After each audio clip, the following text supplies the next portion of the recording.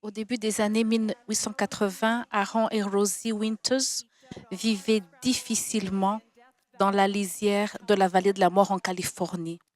Leur cabane offrait à peine un abri contre la chaleur du désert et leur repas consistait souvent en haricots et dans les moments les plus difficiles même en lézards.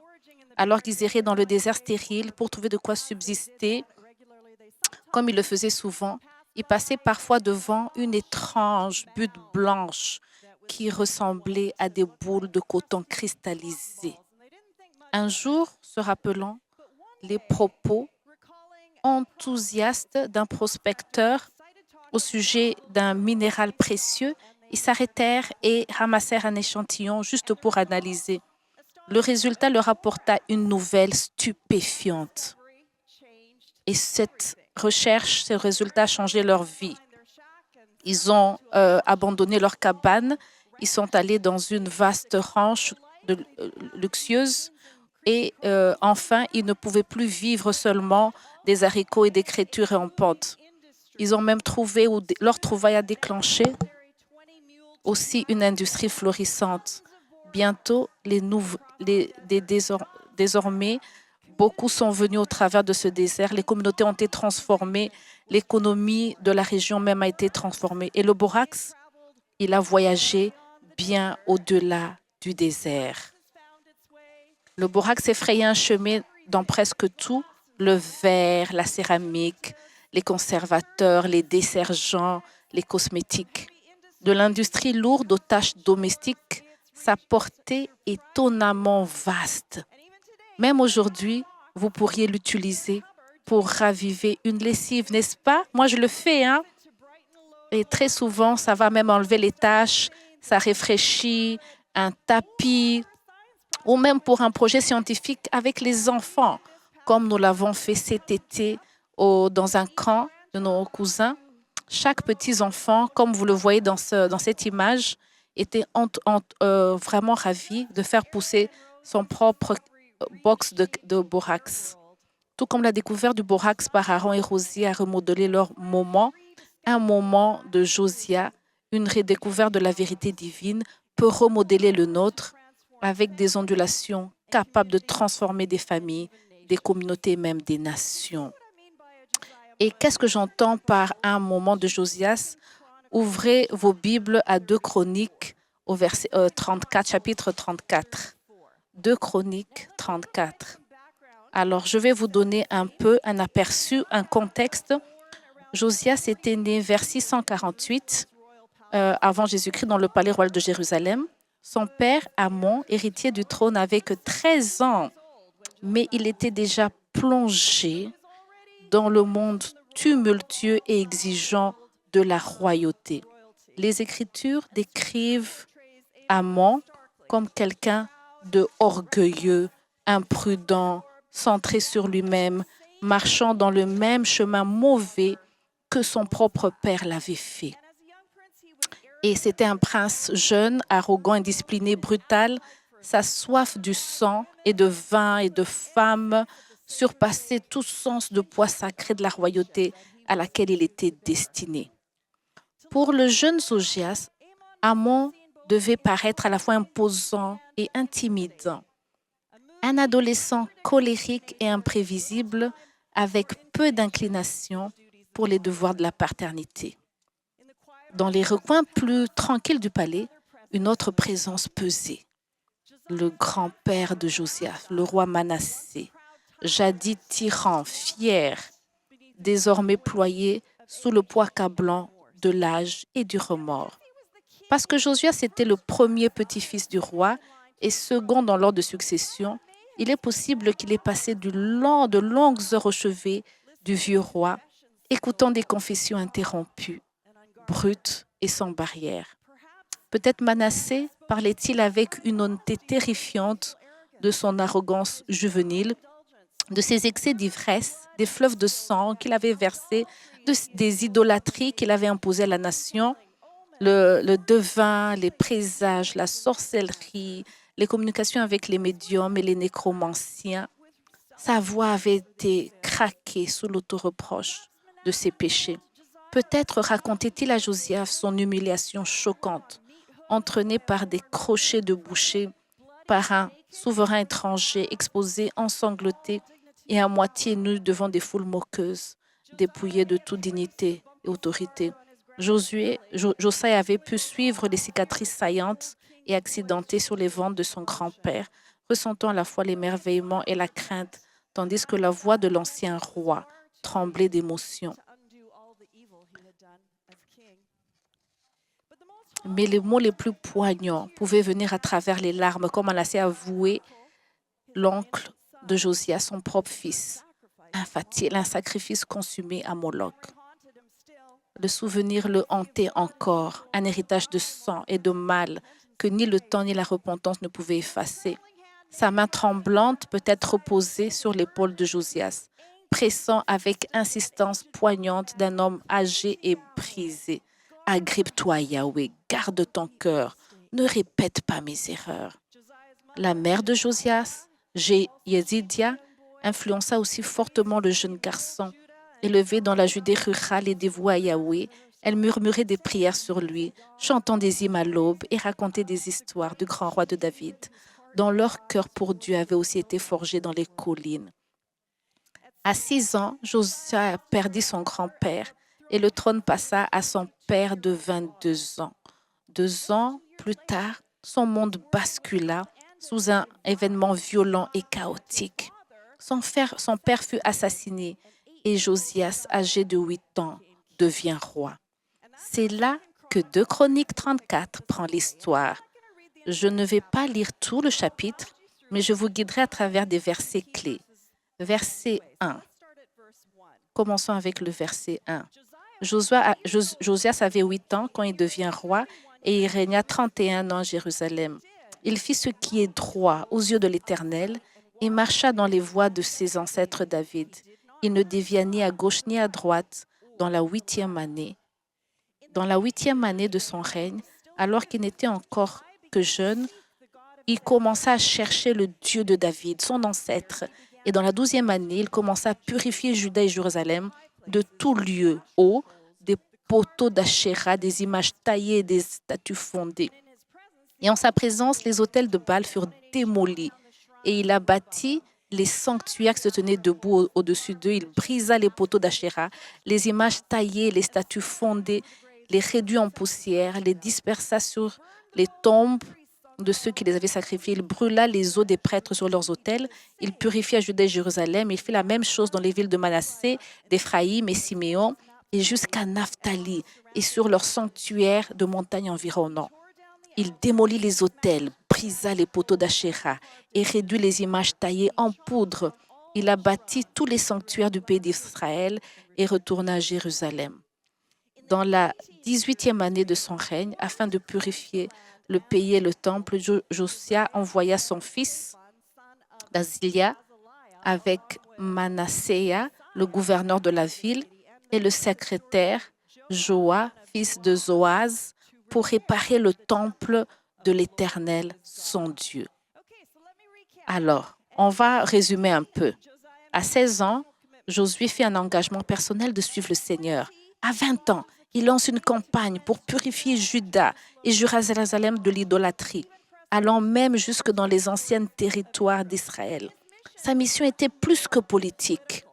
Il ne démolissait pas seulement des idoles, il appelait une nation fracturée à retourner à son alliance avec le Seigneur.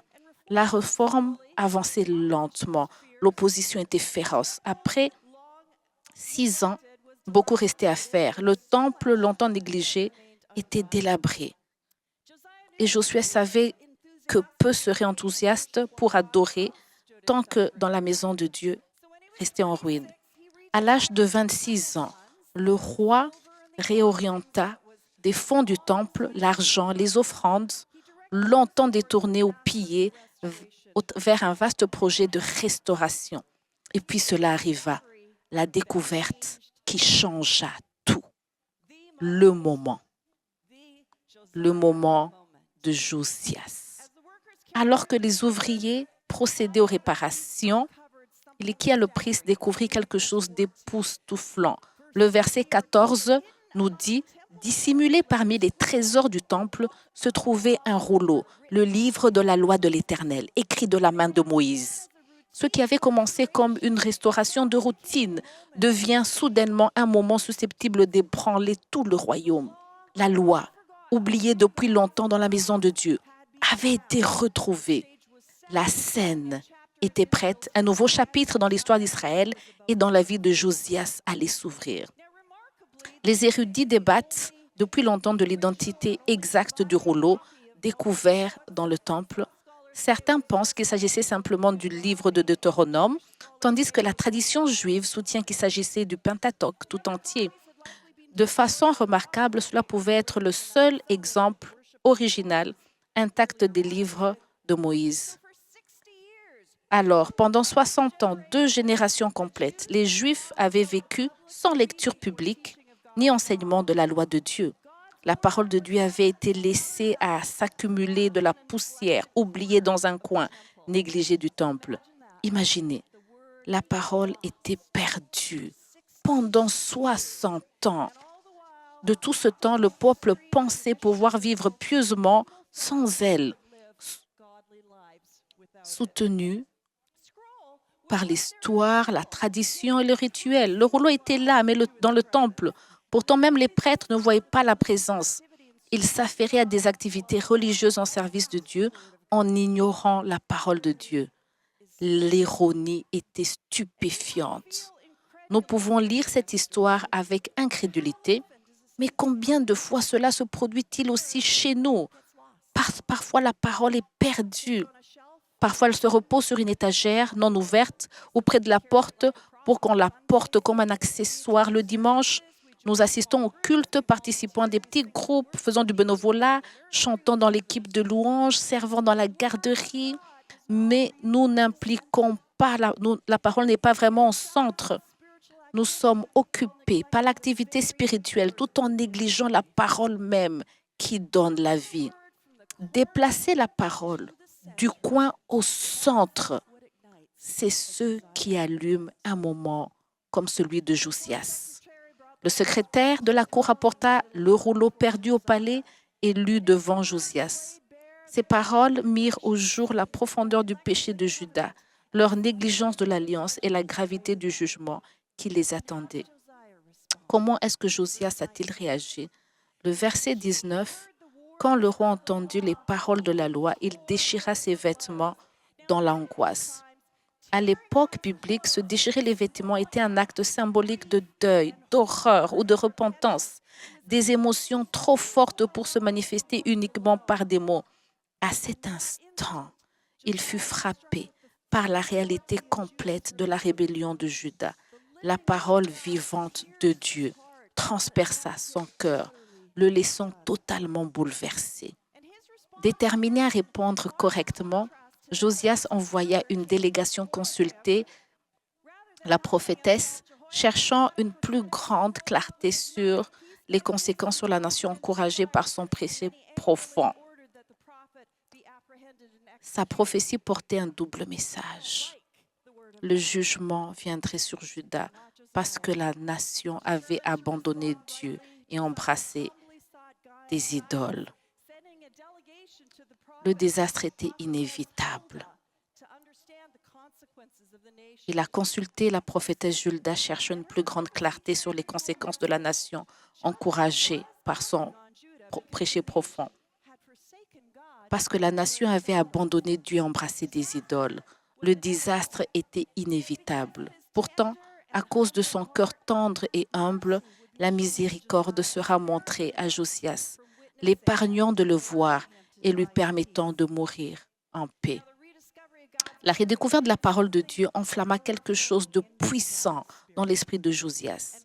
Avec une résolution renouvelée, il s'engagea à conduire Juda dans une fidélité pleine à l'alliance. Alors, reprenons l'histoire au verset 29. Le roi envoya donc des messagers, rassembla tous les anciens de Judée et de Jérusalem. Le roi monta au temple de l'Éternel avec tous les hommes de Juda et les habitants de Jérusalem, ainsi que les prêtres et les Lévites, tout le peuple du plus âgé au plus jeune, Il lut à leurs oreilles toutes les paroles du livre de l'Alliance qui avaient été retrouvées dans le temple de l'Éternel.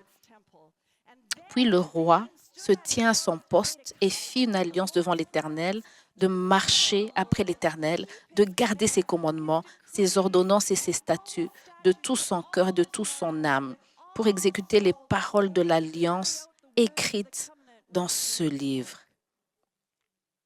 Il fit convenir tous les habitants de Jérusalem et de Benjamin. Tous les habitants de Jérusalem firent l'alliance de Dieu, le Dieu de leurs ancêtres. Josias ôta tout ce qui était abominable de toutes les terres appartenant aux Israélites. Et il exigea que tous ceux qui étaient présents en Israël servent l'Éternel leur Dieu. Durant tout son règne, ils ne se détournèrent pas pour suivre l'Éternel, le Dieu de leurs ancêtres. La prophétie de Hulda propulsa Josias dans une action décisive. Le roi convoqua les dirigeants et les officiels de la nation et invita chaque citoyen de la région. Puis, un moment public puissant, il lut la parole de Dieu à haute voix. Josias voulait que tous, grands et petits, entendent la loi de Dieu. Il était temps de l'extraire du coin poussiéreux et de la remettre au centre de la scène. Avec un courage alimenté par une conviction nouvelle, Josias conduisit toute la nation à renouveler leur alliance avec Dieu. Puis il plaça l'une des réformes religieuses les plus vastes de l'histoire du pays. Dans 2 Rois 23, nous avons des détails très saisissants. Il dépouilla le temple de toute idole, autel et traces d'adoration païenne. Il licencia les prêtres corrompus, brûla le poteau d'Achéra et démolit les quartiers des prostituées du sanctuaire.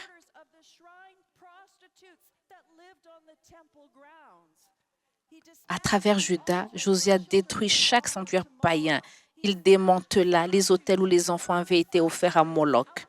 Il brisa les statues, brûla les chairs de soleil et interdit les médiums, les devins, les astrologues et les diseurs de bonne aventure. Il ordonna au peuple de purifier ses maisons d'idoles, rétablir la célébration de la Pâque et ramena la nation à une adoration exclusive entière de Yahweh, leur Dieu.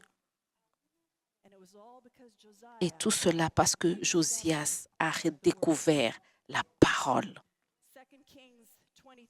2 Rois 23, 25 dit ceci. Avant lui, il n'y eut point de roi qui se tourna à l'Éternel de tout son cœur, de toute son âme, de toute sa force, selon toute la loi de Moïse. Et après lui, il ne fut personne de semblable. Waouh! C'est impressionnant. Alors, l'histoire de Josias illustre comment une redécouverte ou un engagement avec la parole de Dieu, la déplacer du coin vers le centre, peut déclencher une réaction en chaîne puissante. D'abord vient la conviction, qui est la conscience profonde de la vérité et de la réalité du péché. Cette conviction alimente le courage, l'action audacieuse de faire ce qui est juste, même face à l'opposition. Et lorsque la conviction et le courage prennent racine, génèrent la contagion, un effet d'enchaînement qui transforme non seulement les individus, mais des familles et des communautés entières. La conviction, le courage, la contagion. 3 moments très importants qui marquent le temps de Josias. La conviction. Le dictionnaire définit la conviction comme une croyance, une opinion fermement tenue, une forme persuasion ou certitude à propos de quelque chose. Tout le monde a des convictions, des croyances qui façonnent notre vision du monde. Par exemple, quand vous vous connectez aux informations, vous voyez cela dans les réseaux sociaux, vous entendez beaucoup de gens s'exprimer, dire leurs opinions avec passion et certitude. Mais la conviction, comme le rappelle Olmola, n'est pas seulement des croyances que nous tenons, mais celles qui nous tiennent, qui façonnent nos décisions et qui gouvernent nos vies. La conviction est plus qu'une préférence passagère ou une opinion de circonstance. Non. Elle est une lentille à travers laquelle nous interprétons la vérité, le bien et le mal. Vous savez, à 16 ans, Josias a pris son propre chemin. Il a choisi de suivre le Seigneur. Vous savez que quand il était sous le règne de Manassé, il y avait beaucoup d'idolâtrie en ce moment-là.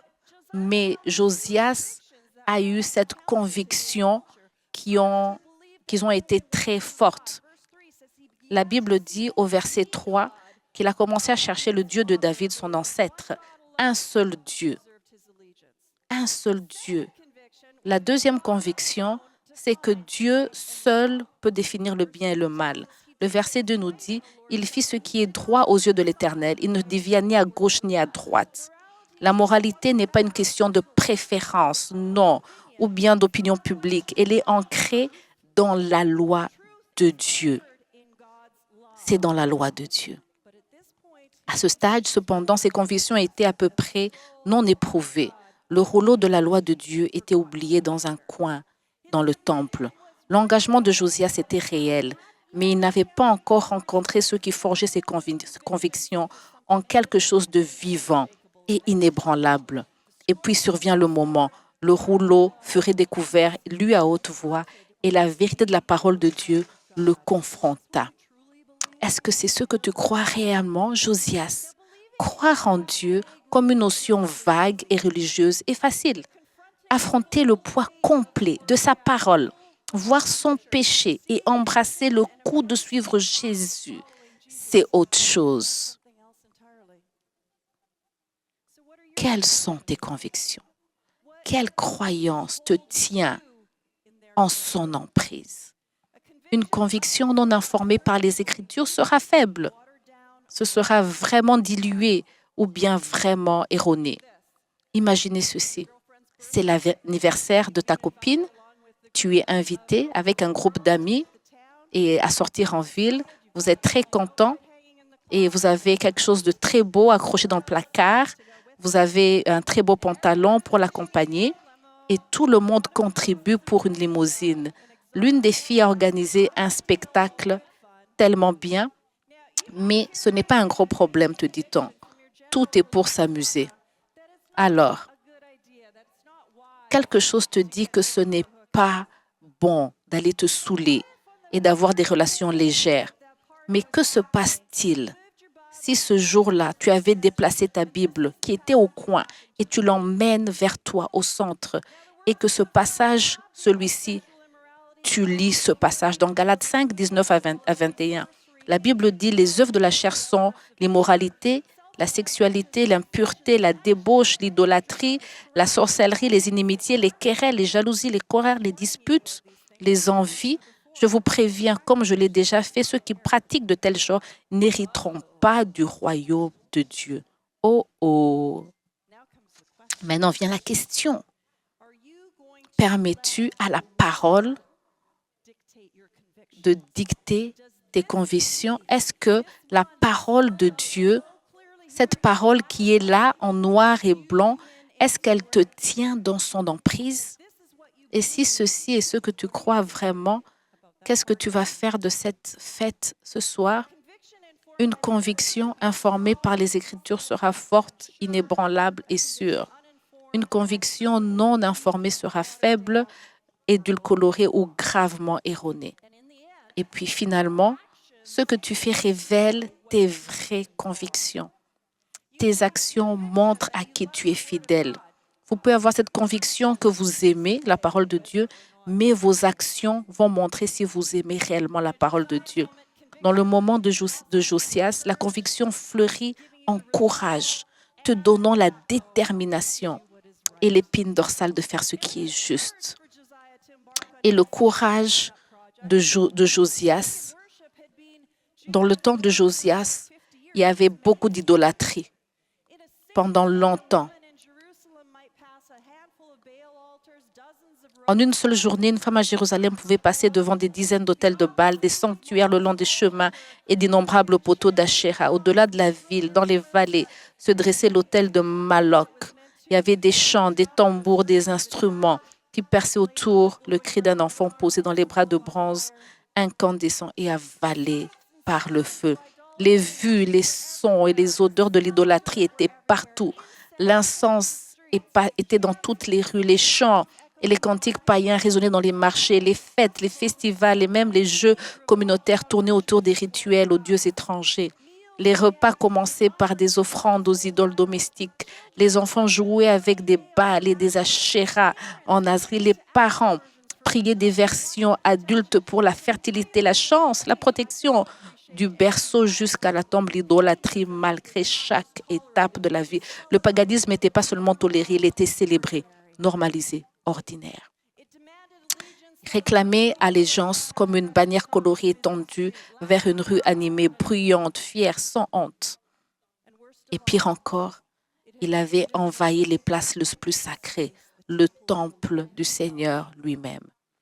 Ne te laisse pas tromper en pensant que l'idolâtrie est un reliquat d'un passé primitif. Aujourd'hui, notre culture parade ses idoles tout aussi audacieusement. Le sexe, l'autodéfinition, le prestige, le pouvoir, la renommée, la fortune, tout ce qui est glamour, l'autogratification, des clics d'abonnés. Tout cela nous montre comment nous nous sommes éloignés. Tout ça, c'est des dieux modernes qui demandent qu'on puisse les adorer. Alors, ce que Josias avait commencé à démolir, il était en train d'enlever tout cela de la culture. Il était en train de démolir tout ce qu'ils avaient accepté comme normal. Et là, c'est venu avec beaucoup de risques. Politiquement, Juda était sous la tutelle de la Syrie et ils avaient rejeté les dieux pouvant ressembler à leur rébellion. Socialement, les gens avaient des idoles domestiques chéries, des traditions qu'ils ne voulaient même pas abandonner. Même les prêtres à la cour royale, les figures puissantes étaient investies dans le maintien de la culture d'idolâtrie. Josias risqua de la résistance, des complets et même assassinats. Et c'est ce qui rend sa réforme si remarquable. Ses convictions n'étaient pas cachées dans son cœur. Il les vivait publiquement. Il était audacieux et même il prenait des risques. Il choisit de s'opposer à la tradition, à la culture et même aux attentes des empires parce qu'il était saisi par la vérité de Dieu. La conviction exige du courage. La conviction exige du courage, celui qui agit pour ce qui est juste, même quand c'est contre-culturel, même quand cela, ça coûte cher.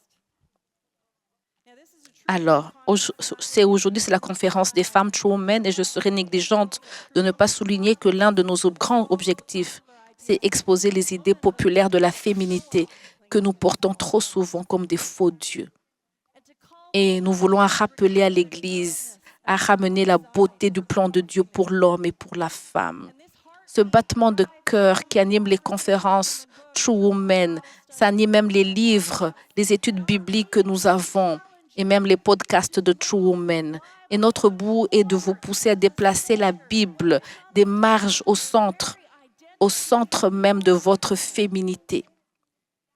Dans notre culture, la féminisme n'est pas seulement murmurée comme alternative, il est élevé comme une idole, comme un gigantesque popo d'Achéra dans la cour de chaque femme, planant sur nos cœurs, projetant son ombre sur chaque pensée et sur chaque choix, exigeant notre fidélité et nous invitant à nous prosterner. Il est temps de s'élever comme Josias et de le démolir.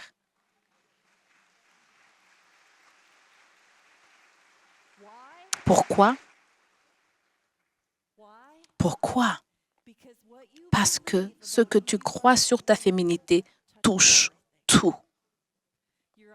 Ton identité, ton attitude envers les hommes, ta vision de la masculinité et de la féminité, ta capacité à construire et entretenir des relations, les choix que tu fais, les objectifs que tu perçois, ta compréhension du célibat, du mariage, de la famille, ta façon d'interagir avec ton mari, ta façon dont tu élèves tes enfants et même la façon dont tu engages avec la culture, tes convictions sur la féminité ont des conséquences qui vont bien au-delà de ta propre histoire. Dans les Écritures, nous apprenons que le bon dessein de Dieu pour les deux sexes, sa raison de créer hommes et femmes, est intimement liée à l'histoire de Jésus, l'époux qui a aimé son épouse, l'Église qui a donné, elle a donné sa vie pour elle. Notre objectif, notre mission dans cette conférence a été de détruire toutes les idoles qui nous aveuglent à la beauté de l'histoire de l'Évangile. Et parce que Dieu a si étroitement lié son amour, son dessein à l'amour de Jésus, nous croyons que le réveil se déclenchera dans les cœurs et les foyers lorsque ces idoles tomberont enfin. Quand cela arrive, d'autres seront attirés par la beauté d'une vie qui place l'histoire de l'Évangile en pleine lumière, une vie si joyeuse, radieuse et contagieuse qu'elle ne pourra que séduire. Un moment, des histoires, c'est ce que nous avons vu même en Germanie et dans plusieurs pays que nous avons voyagé. J'étais même en Brésil et là, j'avais vu le feu de Dieu, que même le message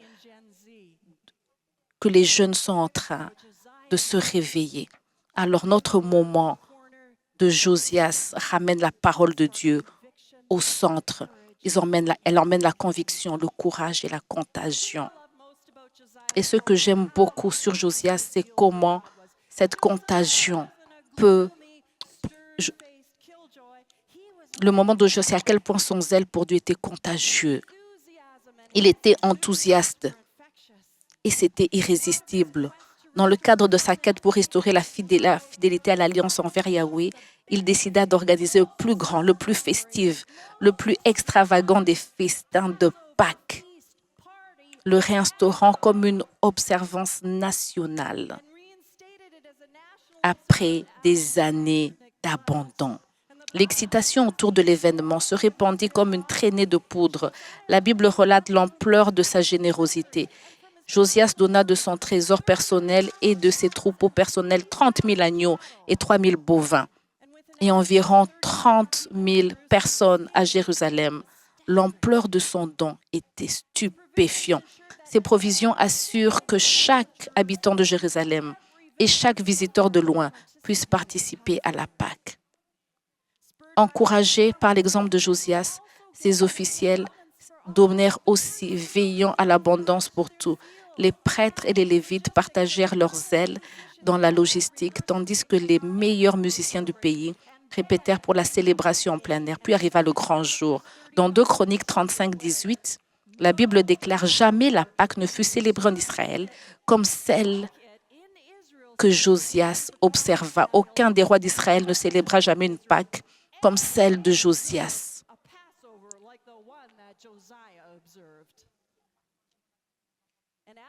Après la Pâque, la réforme du roi Josias devint un mouvement qui balaya la ville et la nation, suscitant un renouveau et une dévotion qu'on n'avait pas vue depuis des générations.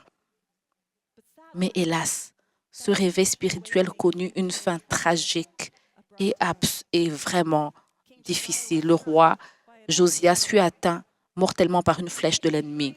La nation pleura profondément, regrettant la perte soudaine de leur roi bien-aimé. Sa mort précoce sembla arracher le dernier espoir de la nation. Ce fut plus qu'une tragédie personnelle. Le jugement retenu pour Josias retomba maintenant sur Juda. 4 ans plus tard, Babylone assiégea Jérusalem, emmenant des nobles, des membres de la famille royale et les jeunes hommes les plus prometteurs. La superpuissance revint ensuite détruire la ville et le temple et exila la majorité de la population. La réforme de Josias fut-elle vaine? Je ne crois pas. Elle a contribué à remplir le ciel. Les gens sont revenus à Dieu. Son courage et sa foi laissèrent une marque durable sur la génération suivante. Des adolescents, des garçons ayant grandi sous son règne assistèrent à sa dévotion audacieuse pour Dieu. Cet exemple fortifia leur résolution. Des gens qui sont même venus après. Par exemple, Daniel dans la fosse aux lions, Shadrach, Meshach, Abednego dans la fournaise. Tous ont refusé de se pronester devant un Dieu étranger parce qu'ils avaient vu cela dans le roi Josias. Josias fut une lumière brève dans une nation assombrie. Pourtant, même dans son règne court, il pointa au-delà de lui-même. Le règne du dernier roi de Juda annonçait le règne du roi saint et éternel. La Pâque somptueuse de Josias, avec ses sacrifices abondants, annonçait l'agneau de Dieu à venir dont le sang couvrirait les péchés du monde.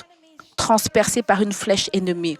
Les Écritures notent que Josias devint l'ombre de celui qui sera aussi transpercé et saignera pour son peuple.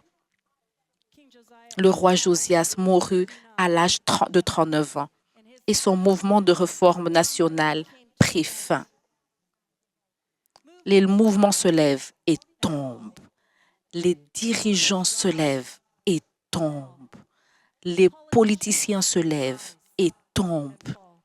Les nations se lèvent et tombent. Les empires se lèvent et tombent. Mais les moments comme celui de Josias éveillent nos cœurs. Notre courage devient plus ébranlé. Le réveil s'allume comme des flammes au travers de l'histoire, mettant la lumière sur le roi Jésus qui a vaincu le péché et la mort et dont le royaume ne tombera jamais.